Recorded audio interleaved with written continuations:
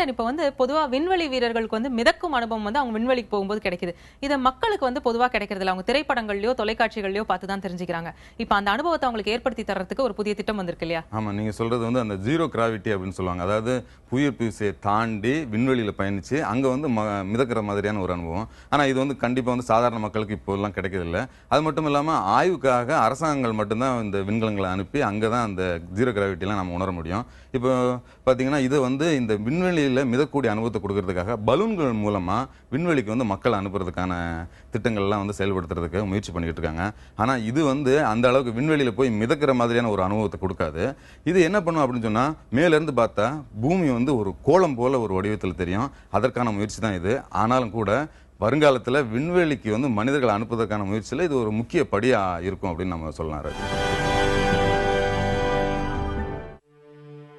பூமிக்கு வெளியே சென்று ஈர்ப்பு விசை இல்லாத விண்வெளியில் பறக்கும் அரிய வாய்ப்பு அனைவருக்கும் கிடைத்து விடுவதில்லை.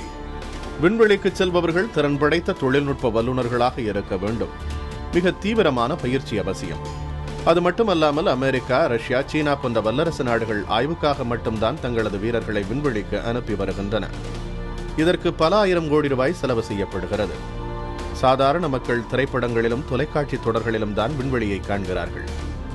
இந்த நிலையை மாற்றி வெறும் ஆய்வு பணியாக சிலருக்கு மட்டுமே கிடைக்கும் விண்வெளி பயணத்துக்கான வாய்ப்பை சாதாரண மக்களுக்கும் வழங்குவதற்கான பல முயற்சிகள் தொடர்ந்து நடந்து வருகின்றன.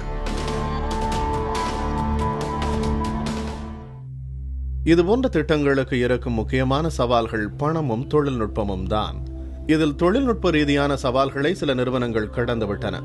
வெர்ஜின் குழுமத்தைச் சேர்ந்த வெர்ஜின் கேலக்டிக் மற்றும் மொஜாவே ஏரோஸ்பேஸ் போன்ற நிறுவனங்கள் இதில் குறிப்பிடத்தகுந்தவை. இந்த நிறுவனங்கள் விண்வெளிக்கு மனிதர்களை அனுப்பும் திட்டத்தை வெற்றிகரமாக சோதனை செய்து காட்டியுள்ளன.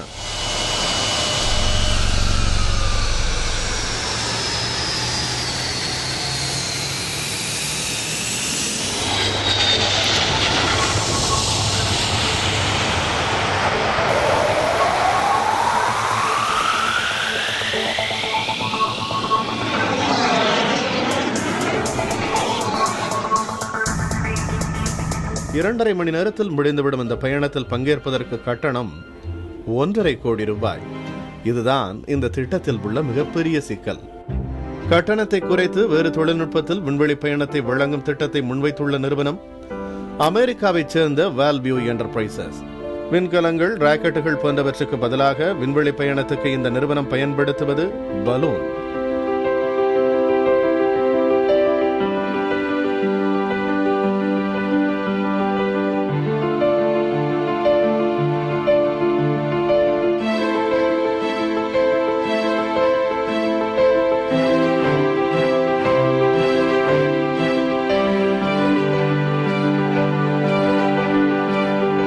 பலூன்களுடன் இணைக்கப்படும் சிறிய பெட்டி போன்ற அமைப்பில் ஒரு நேரத்தில் 8 பேர் வரை பயணிக்க முடியும்.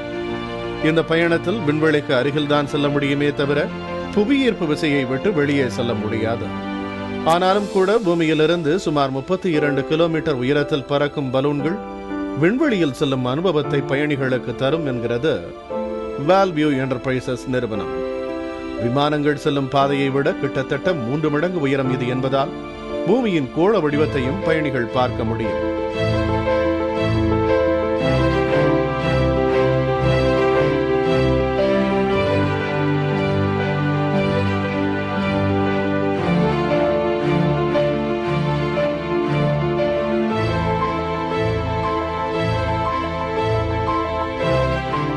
சோதனை முயற்சியில் ஏற்கனவே வெற்றி பெற்றுவிட்ட இந்த திட்டம் 2016ஆம் ஆண்டு வர்த்தக ரீதியில் செயல்படுத்தப்பட இருக்கிறது.